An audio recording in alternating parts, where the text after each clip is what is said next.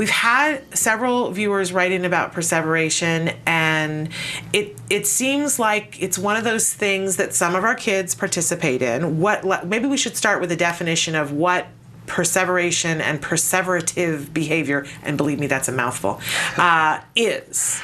Well, great. Thanks for putting me on the spot. I'm not sure if there really is. I'm not familiar with any official definitions. Okay. But basically, what it looks like is individuals who are interested in the same topic or the same theme or the same character or the same movie or toy over and over and over, and they persevere in that. That's where perseverative comes from. Right. Persevere in that interest to the detriment, to the extent that it gets in the way of other aspects of their daily life. Is I think one way to sum it up. Some of the things that I think of in my mind, because I'm so visual, I think of like when the old record with the needle.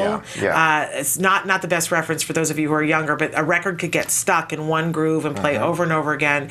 And the other thing that somebody told me once is that, you know how when people fall in love and there's that slice of time when that's all that's happening for them.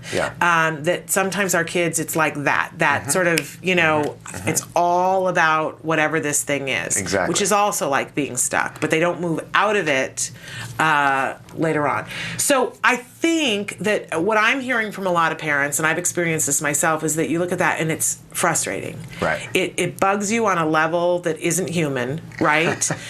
Right? Yeah, where you go, this is not rational how badly I'm being bugged by the fact that I can't get my child out of this. It's just like, because you feel helpless and hopeless. Right. And that's really the crux of it, that we don't know, is this going to end, and how to make that quicker to get to the end. Right. And so I would suggest that a healthy view of perseveration or perseverative behavior is not that it's a bad behavior that you want to go away, although that is your first reaction, right? As a parent and as a family member. Basically, you basically want to say, quit it, cut it out, right? And we've tried that. We've tried that. And that didn't How's work, that working by the for way. you, right? It did not work. Doesn't work. No. So that's one view, that you can view it as a bad behavior that you want to go away. But another perspective that you can have also is that your child or your family member, your client or your student, whoever it is, just has a really extreme interest in this and has an overall pattern of having extreme interests in stuff generally. Okay? So some people have a lot of variability in their interests, right? Yeah. And they try new things all the time, new foods all the time, new music all the time, new hobbies all the time, right? And others not so much, and they really stick with one particular hobby or interest or food or what have you. So kids who have a lot of perseveration are like the former, like the latter, where they're really interested in one thing over and over.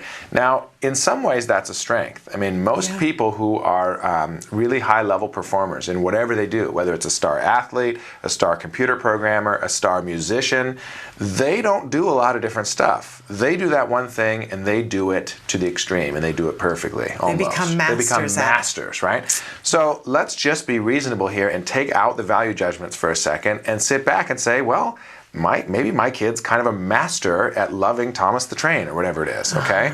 And that really is what it is for him. I mean, if you put yourself in his shoes, that's what it's about. It's not a bad thing for him. It's just something he really, really loves, okay? So that's a fact. You can't take that away. That's going to stay. You can't make it go away. But what you can do then is say, okay, we're going to accept that that's kind of who he is and that's what he loves.